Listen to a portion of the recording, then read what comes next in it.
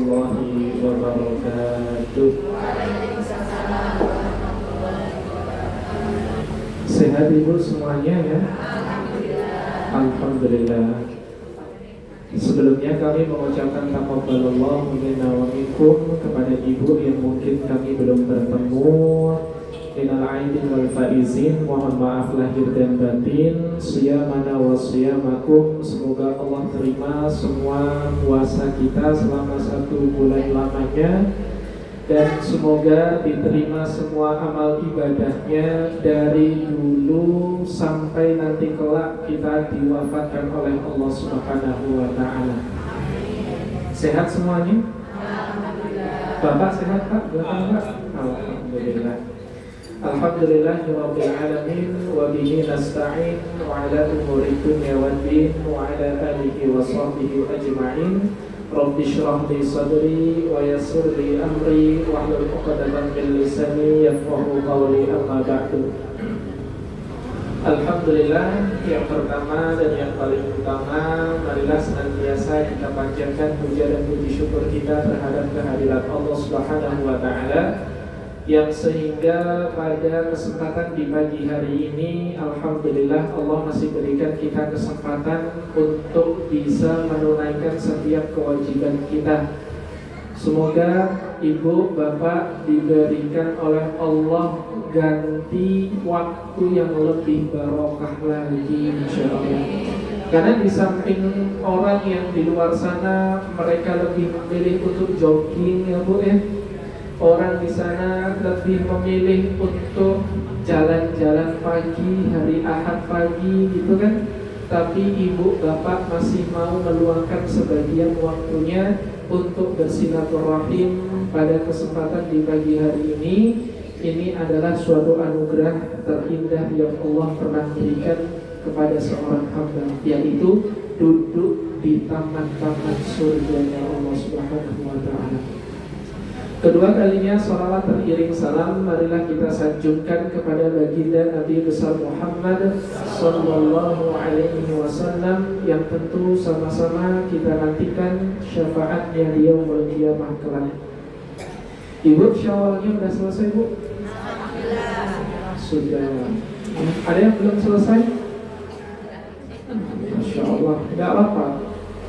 Jadi memang puasa Syawal itu adalah sunnah ya. Tetapi kalau dilewatkan kok iman-iman jemaah 1 tahun sekali, keutamaannya seperti berpuasa sepanjang tahun itu jangan diartikan oh kayak nanti sampai kita meninggal, enggak jemaah. Sepanjang tahun yang dimaksudkan itu 1 tahun ke depan sampai kita berjumpa dengan Syawal berikutnya. Itulah hakikat sepanjang tahun yang dimaksudkan dalam hadis Nabi sallallahu alaihi wasallam. Baik, jamaah yang dirahmati oleh Allah Subhanahu wa taala, kita bermula dari Al-Qur'an surah ke-98, surah Al-Bayyinah ayat yang ke-5. Surah 98, surah Al-Bayyinah ayat yang ke-5. InsyaAllah Bapak Ibu hafal ayatnya. Hafal ayatnya Bapak Ibu? Gimana coba? A'udzu billahi minasy syaithanir rajim. Bismillahirrahmanirrahim. Wa ma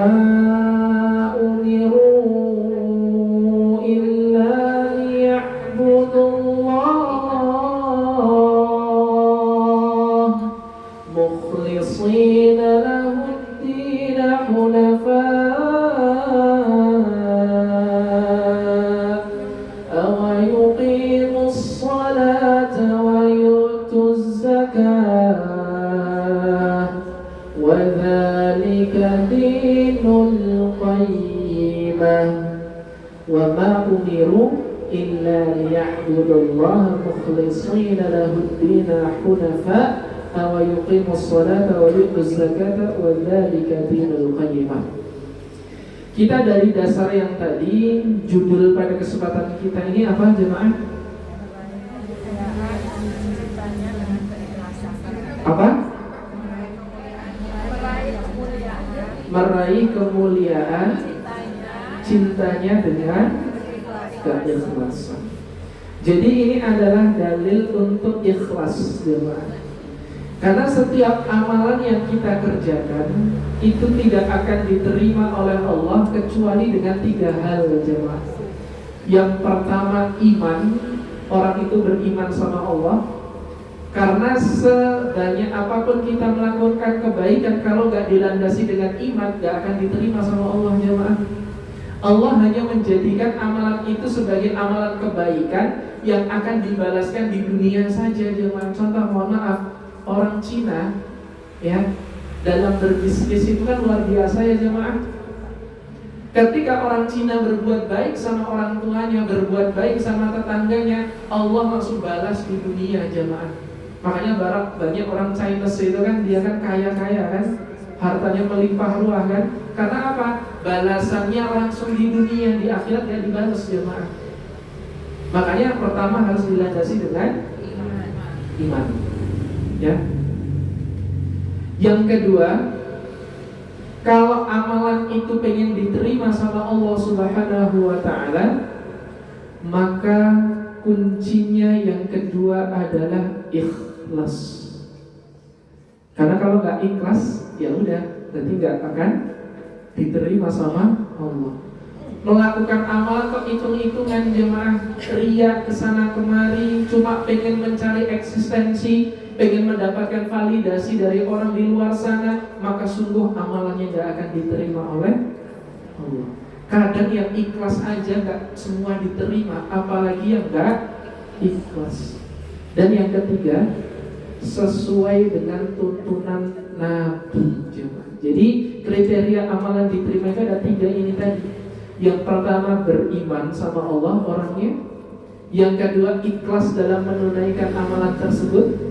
Dan yang ketiga sesuai dengan tuntunan yang diajarkan oleh Nabi SAW. Tapi yang akan kita bahas pada kesempatan kali ini bab tentang ikhlasnya itu jemaah. Kalau iman, insya Allah seringkali asatid membicarakan tentang iman itu sudah banyak. Yang berbicara tentang sunnah atau tuntunan Nabi sudah banyak. Tapi gak banyak orang yang berbicara tentang keikhlasan jemaah. Ikhlas itu mudah atau sulit? Kadang sulit, kadang mudah. Tergantung apa yang diikhlaskan gitu kan ya Bu ya. Kalau kita jauh, saya mau tanya kepada Ibu, di dompet ada uang berwarna merah, warna hijau, warna biru, sama warna ungu. Yang dikeluarkan yang warna apa? Coklat. Gak ada pilihan yang warna coklat. Yang mana Pak Bu? Merah, biru, hijau, ungu. Kenapa ungu? Sesuai warna jilbab ungu gitu. Sesuai dengan kemampuan. Iya, memang sesuai dengan kemampuan. Tapi kan saya tanyanya kalau di dompet ada yang merah, biru. Kan saya bilangnya kalau ada. Kalau nggak ada ya semam punya. Jadi keikhlasan itu sangat sulit jemaah. Kalau ikhlasnya dalam sedekah, dalam ranah uang, mungkin masih bisa lah dijangkau.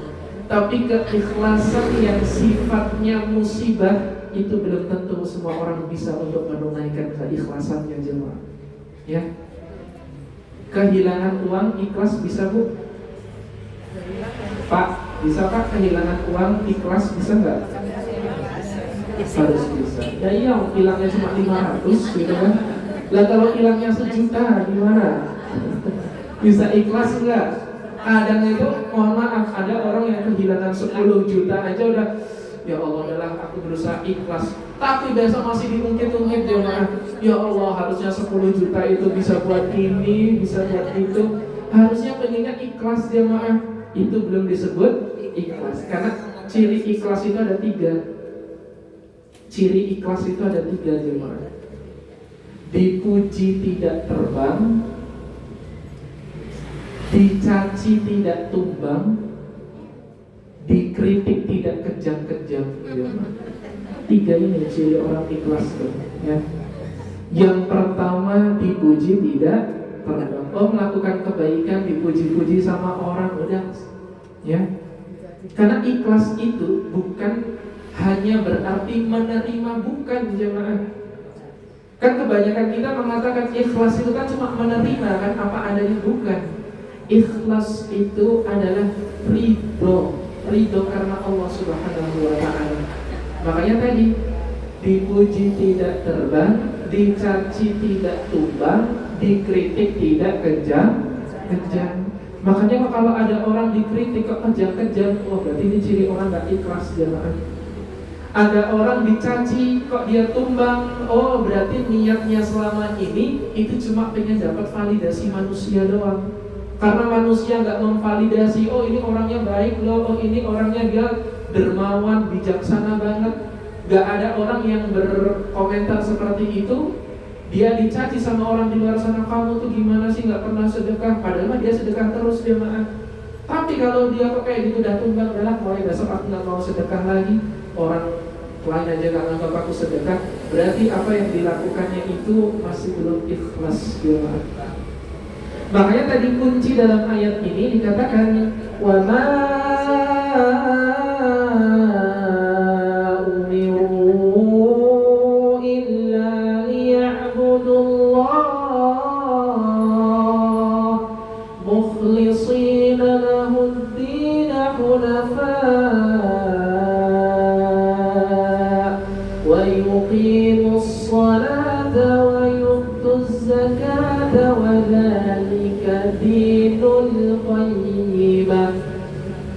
Jadi orang yang ikhlas itu wadzalika dinul qayyimah. Wadzalika dinul qayyimah itu apa jemaah? Wadzalika dinul qayyimah, dialah orang-orang yang senantiasa berada di jalan yang lurus. Din itu kan agama ya, kalau kita mengartikan secara kemenak. Tapi sesungguhnya din itu bukan hanya sekadar agama, tapi adalah suatu perintah syariat yang Allah tetapkan dan kita tetap berada lurus di jalan itu namanya din jemaah. Makanya din yang dimaksudkan apa? Al-Quran surah ketiga Ali Imran ayat 19, Inna dina indallahil Islam. Din yang dimaksudkan oleh Allah itu adalah Islam. Makanya keikhlasan itu sangat sulit untuk dilakukan jemaah. Buktinya yang sebentar lagi ini kita akan berjumpa dengan hari raya Idul Adha. Idul Adha itu memberikan pembelajaran keikhlasan yang sangat mendalam jemaah. Kalau kita belajar kisahnya langsung, kisahnya Nabiullah Ibrahim alaihissalam, setiap tahun kan diutarakan kan ya jemaah. Apalagi ketika khutbah khatib berdiri di atas mimbar berbicara kisahnya antara Ibrahim dan Ismail, itu kan intisarinya cuma satu jemaah, belajar ikhlas. Ikhlas jemaah, sulit ikhlas itu ya. Kalau dulu Ibrahim alaihissalam harus mengikhlaskan putranya Ismail, ibu bapak hari ini cuma diperintahkan untuk mengikhlaskan sebagian hartanya kalau mampu untuk berkurban. Coba ngeluarin uang langsung 3 juta rupiah berat atau sulit? Ya sulit ya. 3 juta langsung loh ya jemaah, nggak terencana dari awal. Tiba-tiba uang tinggal segitu-gitunya doang, sisa THR kemarin itu pun udah nipis banget gitu kan, udah mulai kritis. Nah disitulah pengen kurban, sekali mengeluarkan langsung 3 juta itu berat jemaah. Berat kan jemaah? Tapi lihat orang yang mengeluarkan uang 100.000 setiap bulan dikeluarkan untuk ditabung, itu akan lebih ringan jemaah. Yang membuat ringan itu apa? Bukan karena sedikit demi sedikitnya, tapi karena niat dari jauh-jauh harinya itu yang menjadikan ringan. Kan sama jemaah, sama-sama ketika dikeluarkan 3 juta, ketika 1 tahun atau 2 tahun yang lalu dia sudah mulai nabung, kan juga sama, nominalnya sama 3 juta kan? Tapi kenapa keikhlasan orang yang nabung mipil itu kok lebih lapang daripada yang langsung mengeluarkan 3 juta? Kenapa demikian jemaah? Karena niat dari awalnya mempengaruhinya jemaah. Makanya Bapak Ibu, kita dilatih oleh Allah Subhanahu wa taala untuk bisa menyisihkan sebagian harta kita apabila mampu, itu jauh-jauh hari. Mohon maaf, ada seseorang, dia itu kerjaannya tuh cuma nyabutin rumput jemaah. Itu pun kayak buruh harian, gak mesti dapat kerjaan. Suatu ketika dia diminta untuk cabutin rumput sini, coba cabutin rumput sana sini, ngecatin rumah sana, terus ya pokoknya mohon maaf serabutan lah jemaah. Tapi mohon maaf, dia itu menabung sampai 4 tahun. Setiap ada pekerjaan dia menyisihkan 5.000 rupiah untuk niatnya berkurban jemaah.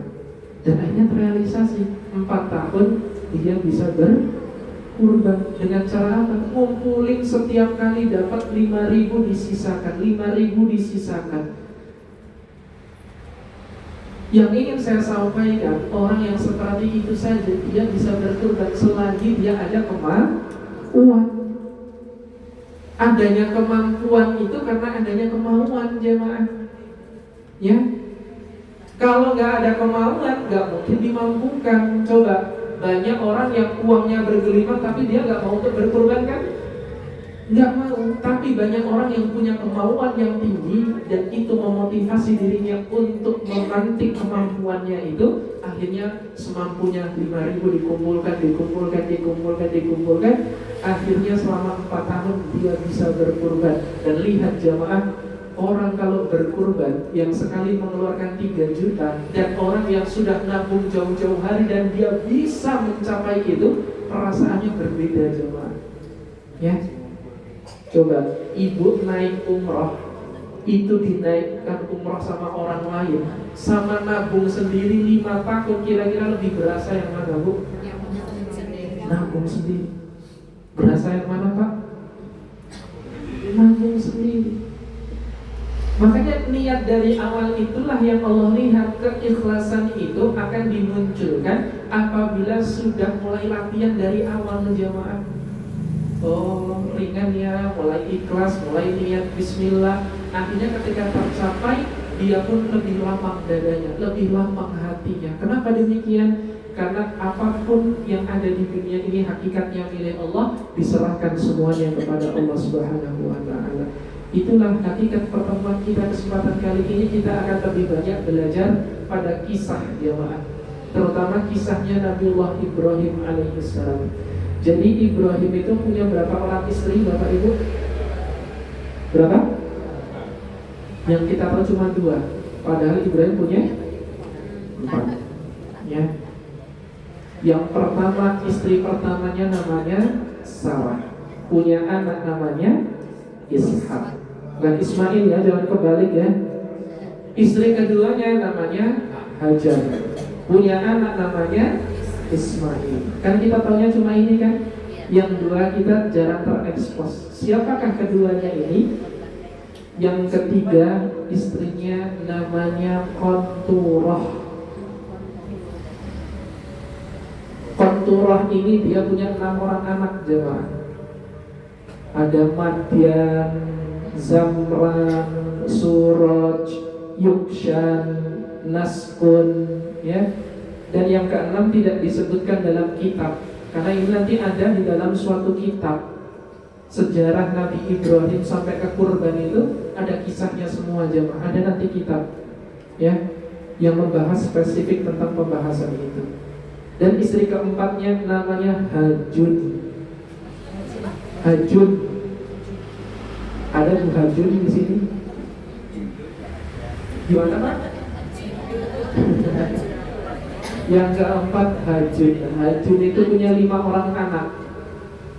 Istri Nabi Ibrahim yang keempat Hajun punya 5 orang anak. Kisan, Suraj, hampir namanya sama kayak yang anaknya Kontura, ya. Umam, terus Nafis, ada namanya Nafis, Bu Nafis, Pak Nafis, Mas Nafis. Yang kelima namanya Luton. Nah, jadi ini jarang sekali terekspos kan nama anak Ibrahim yang 11 ini. Yang seringkali kan cuma 2 yang jadi Nabi dan Rasul, Ishak dan Ismail doang. Yang selain itu enggak terekspos. Ada Madian itu tadi namanya siapa? Kontura. Makanya nanti ada suku namanya suku Madian, ada suku namanya Zamran. Itu karena berasal dari situ. Tapi pembahasan kita bukan ke situ jemaah. Pembahasan kita mengerucut kepada kisah Ibrahim, Sarah, dan Hajar. Suatu ketika Ibrahim alaihissalam itu diuji oleh Allah dengan keikhlasannya, diuji dengan berkurban. Ini belum kurban Ismail, belum ya, masih kurban dengan harta, hewan ternak ketika itu jemaah. Oh, diperintahkan kurban. Akhirnya Ibrahim pun mencari hewan-hewan terbaik untuk digunakan untuk berkurban di jalan Allah. Nemu banyak sekali domba, akhirnya disedekahkan, dikurbankan semuanya untuk Allah Subhanahu wa taala. Padahal dia menggembala udah sangat lama sekali jemaah. Tapi suatu ketika Ibrahim itu ketika menikah dengan istri pertamanya, yaitu Siti Sarah. Siti Sarah itu tidak diberikan keturunan hampir sekitar lebih dari belasan tahun jemaah. Belasan tahun gak punya anak, bahkan puluhan tahun gak dikasih keturunan oleh Allah Subhanahu wa taala. Suatu ketika Sarah ini pun bilang sama suaminya, "Sayang, kamu kan seorang nabi dan rasul. Ya, terus sedangkan kamu kata Allah kan akan mendapatkan seorang keturunan yang dimana dia akan menjadi nabi dan rasul juga. Ya, tapi gini, kan sampai saat ini aku masih belum dapat seorang keturunan. Ya sudah, mulai hari ini kamu boleh nikah lagi." Ikhlas jemaah. Ibu bisa bu? Susah ya melakukan itu ya, susah minta ampun. Tapi lihat, Sarah itu dia tidak meninggikan perasaan. Karena kalau meninggikan perasaan itu seperti sifat-sifat orang pada umumnya jemaah. Oh, akan seperti itu. Tapi Sarah menyampingkan perasaannya demi mengutamakan syariatnya jemaah. Akhirnya apa? Sarah itu bilang ke suaminya, "Kamu bolehlah nikah lagi, tapi dengan syarat." Apa syaratnya? "Aku yang mencarikan calonnya." Wah, luar biasa jemaah. Gak semua wanita bisa kayak gitu kan. Udah dipersilakan nikah, dicarikan lagi tuh sepaket. Susah jemaah. Ibu gak siap, bapak mau udah siap banget gitu. Ibunya gak ada yang siap untuk seperti itu kan. Tapi lihat, Hajar ketika itu adalah pembantunya atau rewangnya Ibrahim dan Sarah ketika itu. Akhirnya Sarah pun bilang, "Kamu nikah aja sama rewang kita." Sama Hajar?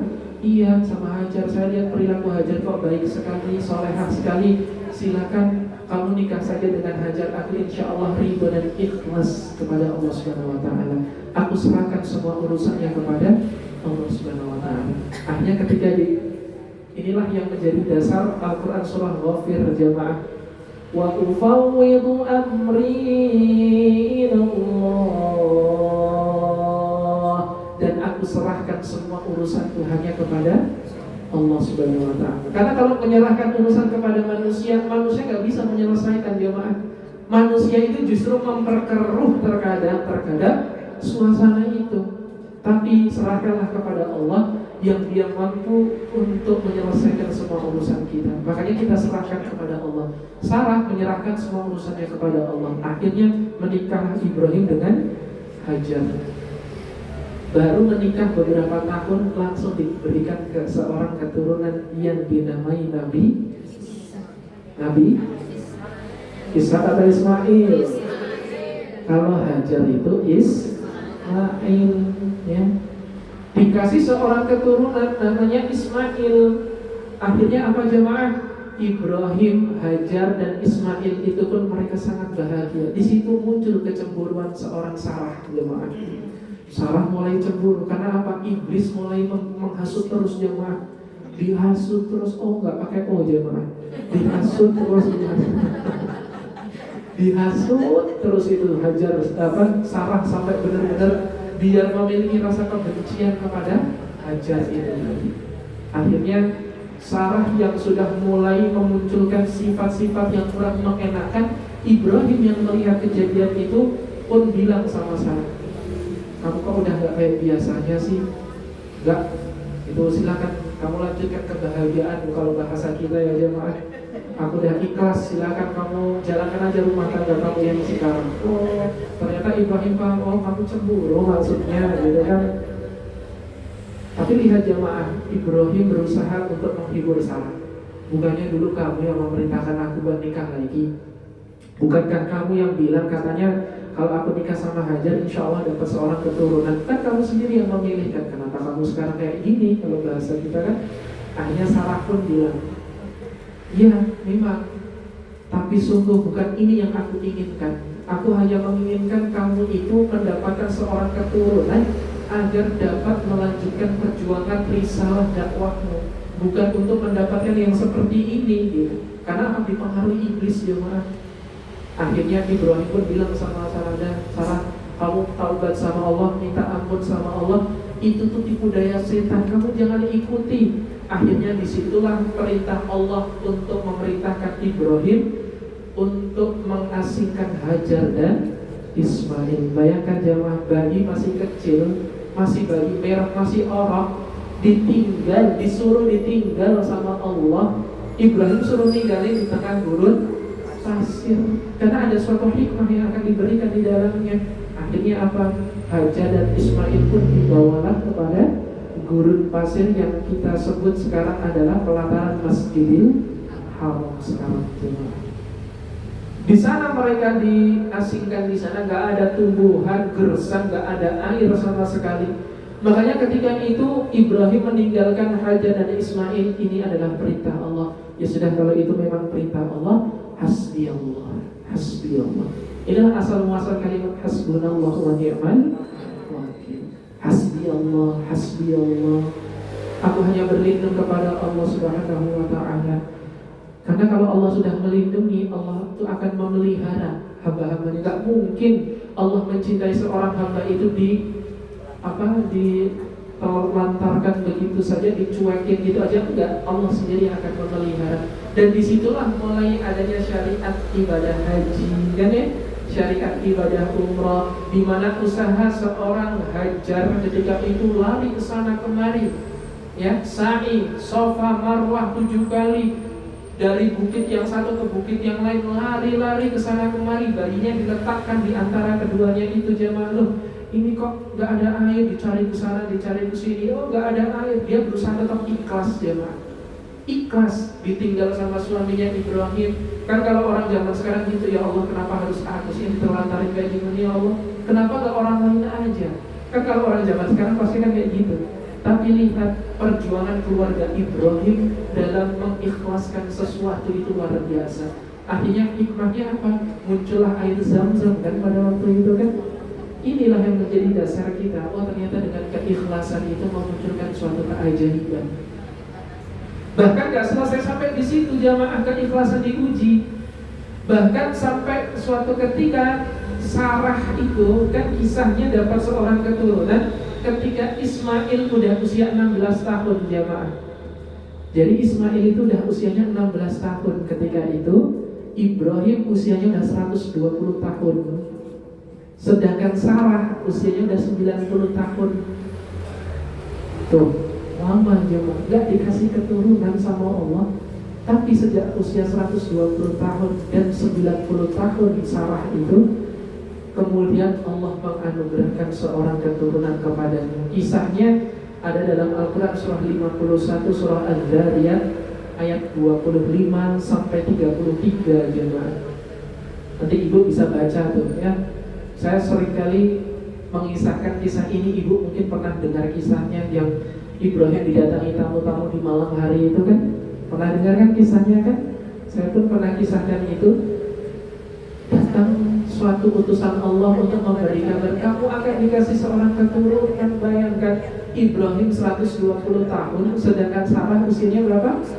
90. Saya tanya, Pak, udah ada yang 120 Pak di belakang? Halo Pak? Belum ada yang 120 tahun? Ibu sudah ada yang 90 tahun di sini? Belum ada? Belum ada? Apa sudah ada? Belum. Ya, Masya Allah. Berarti insya Allah masih memungkinkan 120 dan 90 tahun. Dikasih anugerah seorang anak. Dan ketika Ishak itu sudah dilahirkan, mohon maaf jemaah, datanglah inilah perintah keikhlasan yang terakhir kalinya. Karena Allah melihat Ibrahim itu kan sangat dekat sekali dengan Allah, Khalilullah, kekasihnya Allah, dekat banget kalau sama Allah Subhanahu wa taala. Apa-apa dikasih, apa-apa dikabulkan jemaah. Saking dekatnya sama Allah, sampai bahkan suatu ketika tadi saya kisahkan yang dia mulai berkurban dengan hewan-hewannya itu kan, hewan ternaknya. Dia ini dalam beberapa kisah riwayat, gak tahu ini sahih atau tidak jemaah. Jadi jangan seutuhnya percaya dulu. Ada kisah, karena kan kisah-kisah ini kan ada yang dibalut dengan kisah Israiliyat gitu kan ya. Nah, tapi ini saya akan membawakan kisah yang mendekati dengan sahih saja. Ibrahim itu dia pernah ketika mau kurban sama Allah, dia bilang sama Allah, ya Allah, aku mengorbankan ini semua ikhlas, ridho karenamu ya Allah. Bahkan ketika semua hewan ternak diperintahkan untuk dikurbankan hanya untuk mendapatkan cintamu ya Allah, aku ikhlas ya Allah. Walaupun aku harus mengorbankan seorang anak sekalipun, aku ridho ya Allah. Dikira Allah bercanda ketika Ibrahim ngomong kayak gitu jemaah. Akhirnya direalisasikan dalam kisah inilah, kisah yang mutawatir yang diceritakan dalam Al-Quran. Didatangkanlah mimpi kepada Ibrahim itu untuk menyembelih putranya Ismail. Dan mimpinya Nabi itu kan jelas-jelas wahyu dari Allah. Kalau mimpi kita kadang setan dia kan. Ibrahim itu didatangi mimpi itu gak cukup sekali, 3 kali didatangi mimpi sampai membuat Ibrahim itu mantap. Oh ini kayaknya beneran wahyu dari Allah Subhanahu wa taala. Diperintah untuk nyembelih putranya sendiri jamaah. Coba ibu bapak punya anak yang dia masih tumbuh, masih butuh kasih sayang, tapi kok diperintahkan buat disembelih, mau gak Pak buat disembelih? Gak mau, berat kan ya? Tapi lihat Ibrahim dengan tekad yang sangat kuat. Bismillah, ini kayaknya memang perintah dari Allah, aku harus memaksimalkan ini semua. Akhirnya apa? Gak langsung bilang, Ismail, ya Pak, sini nak, kenapa? Kamu diperintahkan aku sembelih sini gitu. Wah, langsung kabur itu zaman. Tapi yang dilakukan Ibrahim dan Ismail itu elegan jemaah. Ibrahim itu sampai Hajar aja nggak tahu ketika itu. Ibrahim langsung aja Ismail, nah kita diperintahkan oleh Allah untuk berkorban. Taunya Ismail itu mengorbankan hewan jemaah. Oh iya, ayo saya ikut ayah. Bagus, memang itu, gitu kan. Akhirnya ketika sedang lanjut dalam perjalanan, hewan yang seperti apa yang harus dipersiapkan ayah? Kan untuk berkorban kepada Allah harus korban yang terbaik. Akhirnya mereka menghentikan langkah sejenak, langsung bilang Ibrahim di tengah-tengah perjalanan menuju bukit jamaah, sungguh aku diperintahkan bukan untuk menyembelih hewan ternak. Lah gimana ayah? Aku diperintahkan oleh Allah, aku dapat mimpi 3 kali berturut-turut untuk menyembelihmu wahai putraku. Wah, itu kalau kita yang jadi Ismail udah lari jemaah. Wah, bapak mau nyembelih saya gitu, langsung lari jemaah. Tapi lihat Ismail pun sama elegan jemaah. Falamma balagha ma'ahu as-sa'ya qala ya bunayya inni ara fil manam inni anni adbahuka fanzur madza tara. Aku diperintahkan untuk menyembelihmu wahai anakku sayang. Lihat kalimatnya pakai bunai. Bunai itu panggilan sayang, wahai anakku sayang, ya. Makanya ini pembelajaran untuk bapak ibu kalau punya anak, ya, panggillah dengan kalimat sayang, ya. Nggak harus bunai, bingung nanti dia, ya. Bunai, bunai. Siapa bunai pak? Saya kan Ardi, bukan bunai, gitu kan. Bunai itu panggilan sayang. Silakan bapak ibu panggil anak atau keturunan dengan sayang. Ih, si ganteng, si pintar, ya, si soleh, soleha. Silakan gunakan kalimat terbaik. Makanya ketika Ibrahim bilang sama Ismail, gunakan kalimat yang terbaik. Ya bunayya ini arafil mana. Wahai anakku sayang yang sangat aku cintai keberadaannya, yang aku sangat nanti-nantikan kemunculannya. Aku diperintahkan oleh Allah untuk menyembelihmu lewat mimpi. Apa pendapatmu? Fandur madza tara. Apa pendapatmu? Ismail pada waktu itu usianya udah 18 tahunan jemaah. Makanya mohon maaf, anak kalau usianya udah 18 tahun ke atas itu jangan terlalu banyak dikasih kalimat perintah jemaah. Tapi perbanyaklah berdiskusi. Ini yang diajarkan Ibrahim. Fandur madza tara. Apa pendapatmu wahai anakku sayang? Dan luar biasa jemaah, ini bahasa Quran ini kalau diterapkan dalam kehidupan sehari-hari itu the best, keren banget. Ayah dan anak, ayah minta pendapat anak itu keren. Walaupun mungkin menurut orang tua, ini kayaknya kok kurang bermanfaat pendapatnya anak. Tapi seorang anak yang dimintai pendapat itu senang jemaah. Nah, ini kayaknya rumah kita flat banget ya, datar banget, warnanya kayak gini. Menurut kakak ini dikasih warna apa nih biar keren rumahnya? Oh pak, ini menurut apa yang saya pelajari, rumahnya itu harus seperti ini pak, warnanya keren, jangan yang terlalu norak warnanya, nanti dikasih ornamen-ornamen lampu-lampu biar keren. Oh itu anak senang banget jemaah, ya, dimintai pendapat gitu ya. Jadi ibu kalau pengen minta tolong sama anak yang udah di atas 18 tahun, jangan kebanyakan diperintah jemaah, karena dia udah bisa jawab.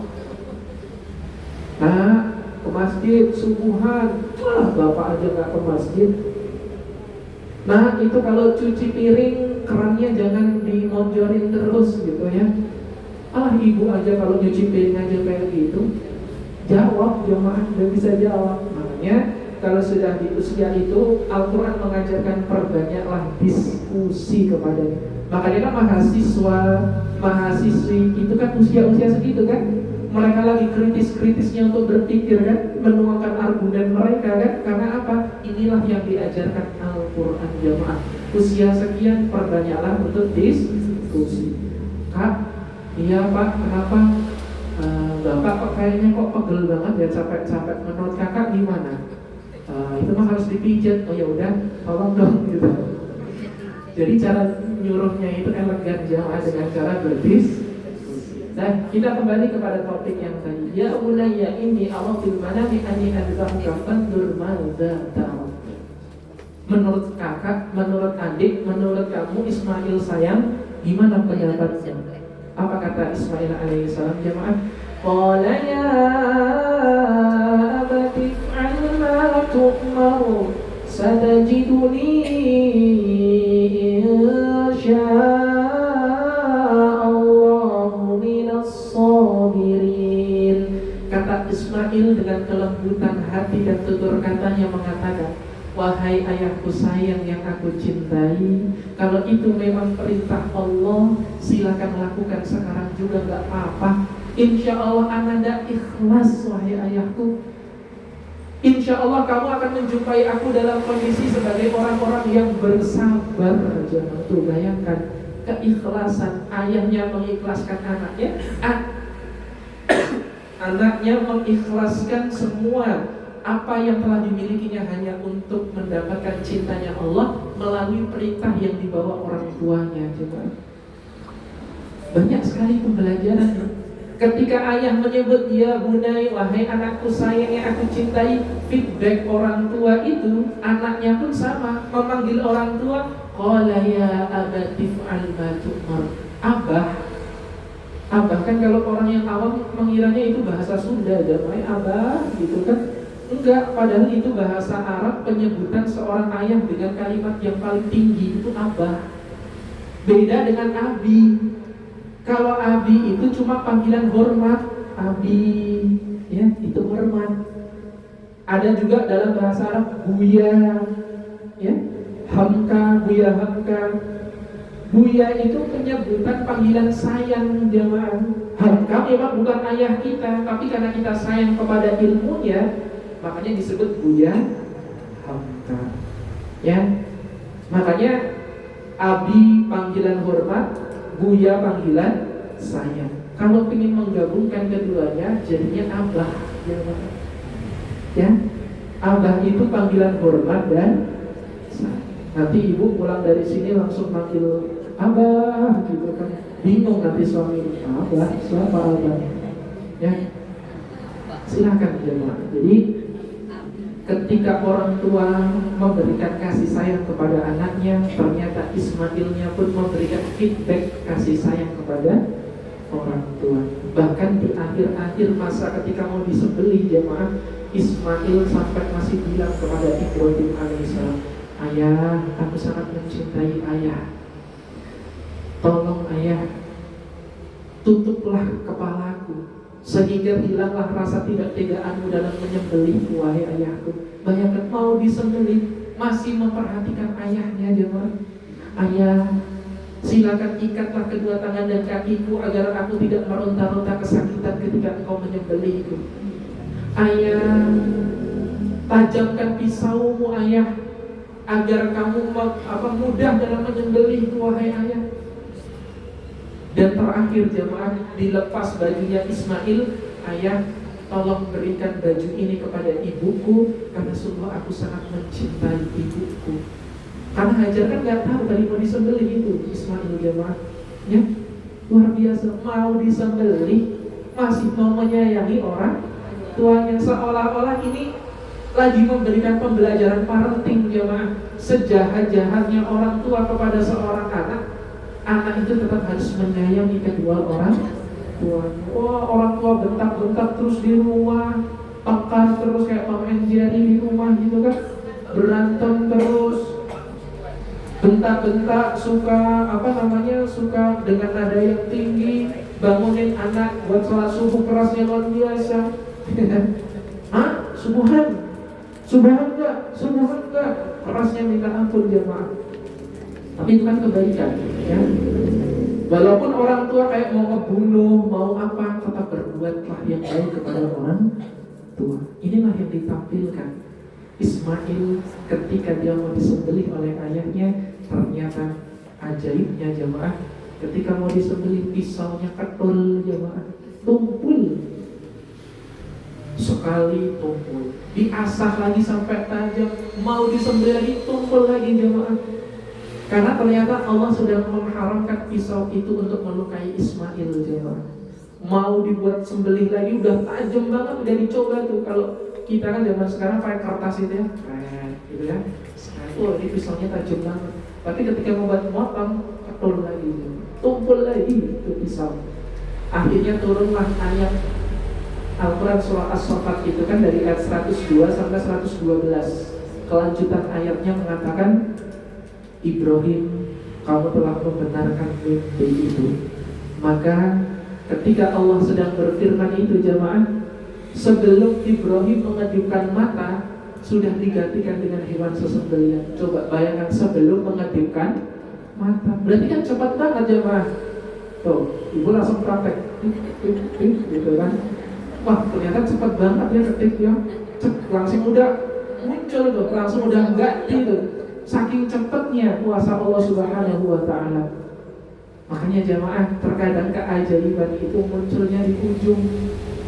Ya, kalau seorang hamba itu sudah ikhlas ridho menerima ujian yang Allah berikan, musibah sudah diterima dengan ikhlas lapang, sabar, menerima itu dengan keikhlasan, maka tunggulah tinggal keajaiban yang akan Allah munculkan seketika jemaah.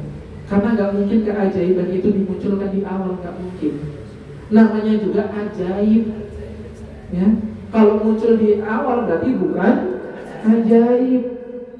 Ajaib itu kan munculnya dari lika-liku yang kayaknya kok gak mungkin nih, gak mungkin selesai, gak mungkin bisa terurai. Tapi kok tiba-tiba benar bisa selesai masalahnya seketika tanpa disentuh, kok langsung bisa ajaib. Itu kan ajaib. Ibrahim gak dikasih tahu ketika mau dibakar itu apinya kan bisa dingin, kan gak dikasih tahu kan sama Allah. Tapi lihat dengan ketakwaan dan akidah tauhid yang sangat kuat itu, Ibrahim selalu berdoa kepada Allah. Ketika dibakar, hasbi Allah, hasbi Allah. Bahkan ketika Jibril datang menawarkan bantuan, Ibrahim, aku diperintahkan oleh Allah untuk mengabulkan semua apa yang kamu inginkan. Kamu sekarang lagi mau apa? Enggak, aku kalau kamu yang ngomong enggak percaya sama kamu Jibril. Tapi kalau Allah yang ngomong, Allah yang perintahkan kamu datang ke sini, maka sungguh aku hanya percaya kepada Allah. Hasbi Allah, hasbi Allah. Akhirnya apa? Allah berfirman kepada api, api dinginlah kamu. Akhirnya dingin api itu. Ajaib kan jemaah? Coba api secara logika panas atau dingin jemaah? Panas. Tapi kok bisa dingin? Nah, berarti kan Musa dikejar sama tentara Fir'aun sampai di ujung depan udah laut. Udah di ujung banget tuh jemaah. Ke belakang udah gak bisa karena udah tentara Fir'aun semua ngepung. Sedangkan di depan laut lepas yang benar-benar dalam banget. Tapi suatu ketika karena Allah gak ingin mengecewakan hambanya, akhirnya Allah pun menolong Musa itu dengan keajaiban. Musa gunakan tongkatmu, hentakkan ke air itu. Musa gak tahu kalau airnya bakal terbelah. Cuma perintahnya cuma suruh dihentakkan ke air. Setelah dihentakkan, kok airnya membelah jemaah. Begitupun ketika Ibrahim mau menyembelih putranya Ismail, kan nggak tahu Ismail akan digantikan seekor hewan sesembelihan. Tapi ketika udah mau keras gitu jemaah, kok diganti jemaah. Ibu mau ngiris uncang bu, bisa nggak langsung tiba-tiba jadi cabai? Keras, kok cabai gitu kan? Tidak mungkin. Kalau mungkin berarti Tapi ini bukan tentang ajaib jemaah, tetapi tentang keikhlasan itulah yang memunculkan kasih sayangnya Allah. Kalau Allah udah sayang, Allah sendiri yang akan selesaikan semua urusan kita semuanya. Makanya tadi berdasar dari Al-Quran surah 98, surah Al-Bayyinah ayat yang kelima, wa ma umiru illa liya'budullah mukhlisina lahud-din hunafa wa yuqimus salata wa yu'tuz zakata wa dzalika dinul qayyimah. Makanya orang-orang yang ikhlas dalam melakukan sesuatu, dia berada di jalan yang penuh dengan keridhaan Allah. Bahkan surah Al-Bayyinah itu kan ditutup dengan apa jemaah? Innal ladzina amanu wa 'amilus shalihati lahum jannatun tajri min tahtihal anhar. Ya. Jannatun tajri min tahtihal anhar. Surga adil yang mengalir di bawahnya susu, air susu. Ibu pernah membayangkan nggak? Bapak pernah membayangkan nggak? Ada sungai kok susu? Pernah membayangin nggak jemaah? Nggak bisa dibayangkan kan? Sungai kok isinya susu semua, diambil, diminum. Wah, itu sekalinya minum itu nggak akan pernah haus selama-lamanya jemaah.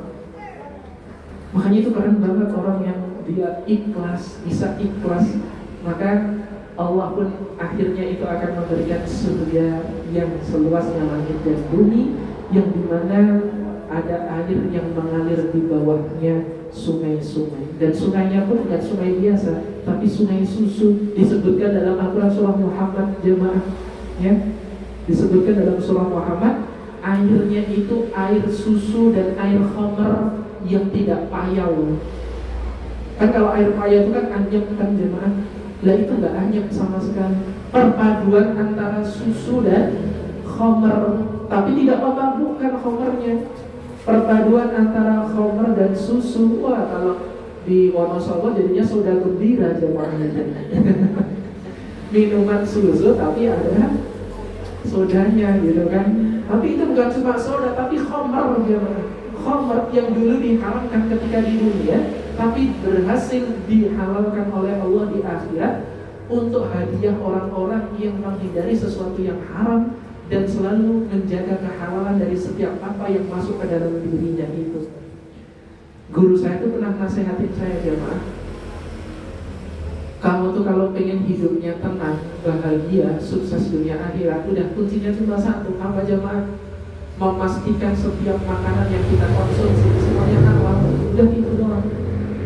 Terus pokoknya makanan yang masuk ke dalam tubuh kita halal, insya Allah semua yang ada di dalam tubuh kita baik semua jemaah. Bisa untuk sholat, ngaji, tadarus, buat kebaikan, sedekah. Itu awal muasalnya dari makan makanan yang halal yang masuk ke dalam tubuh kita. Itulah rahasianya. Makanya ikhlas untuk mendapatkan surga yang seluasnya langit dan bumi, yang mengalir di bawahnya sungai-sungai, sungai susu, sungai khamar. Wah, itu istimewa jemaah. Gak semua orang bisa merasakan keistimewaan itu. Tapi buat orang-orang yang ikhlas tadi, kalau ikhlasnya cuma mengikhlaskan harta, mungkin masih bisa dijangkau jemaah. Tapi kalau mengikhlaskannya sesuatu yang lebih daripada sekedar harta, tapi mengorbankan perasaannya itu tadi, ya, berusaha dikorbankan, ikhlas ya Allah, ini semua karenamu ya Allah. Coba orang, mohon maaf, ketika kita ditinggalkan orang yang kita sayang, mohon maaf sekali, meninggal dunia misalnya, kesedihannya melampaui kesedihan ketika ditinggalkan harta, enggak jemaah? Melampaui itu kan. Tapi ketika musibah itu menyampai sampai ke perasaan kita yang paling dalam, kita berusaha ya Allah, bismillah, ikhlas ya Allah, ikhlas ya Allah, ikhlas. Disitulah Allah berikan hikmah di balik itu semua. Terakhir, ya, menggenapkan, karena tadi kan jam 8:04, ini masih jam 8:56, masih 8 menit lagi, ya. Ada kisah, saya mungkin pernah kisahkan, tapi mungkin untuk mengingatkan kembali. Ada seseorang suami istri, dia itu boncengan pakai motor jemaah, tiba-tiba kecelakaan suatu ketika. Dan ketika kecelakaan itu melibatkan istrinya harus meninggal dunia di tempat. Wah, darahnya itu mohon maaf sampai kemana-mana jemaah. Tapi seorang suami itu luar biasanya, dia gak nangis. Dia itu berusaha gimana caranya mengontrol dirinya, karena dia tahu dia adalah lagi diuji sama Allah, dikasih musibah sama Allah. Inilah orang yang beriman jemaah. Bukan wah senang nih nikah lagi gitu kan, bukan. Enggak, tapi justru dia itu berupaya, sedihnya memang ada, tapi dia berupaya mengontrol gimana caranya agar emosinya tidak melampaui dari keimanannya itu jemaah. Kan kadang kan orang emosi itu kan bisa melampaui keimanan kan. Coba orang kalau emosi di jalan, wah, gak terkontrol. Banyak orang yang mengeluarkan kata-kata kurang pantas, kaki 4 keluar kan. Karena apa? Emosinya mendominasi melampaui keimanannya. Tapi seseorang itu tadi berusaha bagaimana caranya mendominasi keimanannya agar emosinya itu tidak naik jemaah. Oh, gak apa-apa. Ini apa? Dia minta air untuk nyiram darahnya itu jemaah. Wah, tegar banget jemaah. Ditutup jasadnya pakai banner itu, banner bekas itu. Wah, dia menerima itu. Ditanya sama orang, Pak, Bapak kenapa kok gak nangis, gak sedih, kok kayak enjoy aja, kayak tenang setenang itu, kenapa Pak? Ya, saya menganggap bahwasanya ini adalah ujian dari Allah, dan saya berusaha mengikhlaskan apa yang sudah Allah gariskan kepada kami. Insya Allah istri saya orang yang baik. Insya Allah istri saya sudah mau masuk ke dalam surga. Istri saya tuh gak pernah kayak berbuat salah sama saya sedikit pun. Luar biasa jemaah suaminya. Saya jamin insya Allah istri saya akan masuk ke dalam surga. Justru saya khawatir kalau istri saya sudah di surga, saya tapi gak masuk surga. Justru dia khawatirnya di situ jemaah.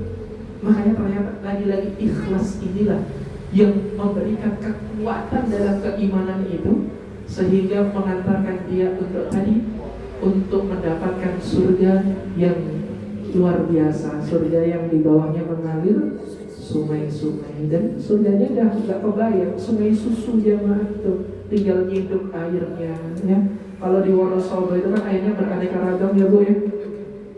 Di Wonosobo dari mulai paling atas dari Dieng, airnya udah kayak es. Ibu waktu di sana menggigilnya udah sampai beberapa waktu kemudian gitu kan, sholat aja sampai bergetar, benar bergetar gitu. Kenapa? Saking dinginnya. Turun sedikit ke daerah Kuripan, daerah Garung, airnya sedikit agak asam, jemaah. Semua Wonosobo banget itu. Turun lagi ke bawah daerah Kaliangat, itu kalau wudhu di masjid besar Kaliangat airnya hangat, kan? Beraneka ragam jemaah, dari atas paling dingin agak ke bawah seger agak asam, ke bawah lagi itu anget-anget agak rasa belerang gitu. Di daerah kita airnya biasa saja tapi ajaib jemaah. Kalau ibu mandi ya, atau orang di luar Wonosobo dia mandi di kota Wonosobo, wah itu ajaib airnya. Sekalinya mandi 2 hari nggak mandi jemaah. Kenapa? Airnya segar banget gitu kan. Makanya kalau orang di luar itu, saya tuh punya teman waktu datang ke sini, paginya mandi tapi sorenya nggak mandi, udahlah mandinya besok aja lah di jamak gitu kan. Tadi udah mandi itu udah mewakilkan sampai besok kan nggak keringetan. Jadi ternyata mandi itu harus keringetan dulu jemaah, baru mau mandi. Oh ternyata di Wonosobo nggak keringetan, airnya segar, ya udahlah bisa buat 2 hari. Itu ajaibnya air Wonosobo jemaah. Makanya tadi kita kembali kepada dasar yang tadi, orang yang bisa ikhlas dalam menjalankan setiap aktivitas kehidupannya, mau dia dikasih ujian, dikasih musibah, dikasih masalah, atau diberikan kesulitan, tapi dia berupaya yang pertama kali ikhlas dulu jamaah, maka sungguh Allah akan menata kehidupannya. Allah menata setiap solusinya jamaah. Ya, Allah kasih solusinya, ini loh kamu harus seperti ini, harus seperti itu. Kan kalau orang udah tenang, mau mikir kemana aja kan enak ya jemaah. Tapi kalau di awal aja dia udah sedih, campur aduk emosinya, gerusah-gerusuk, gak bisa mikir, saya jamin jemaah.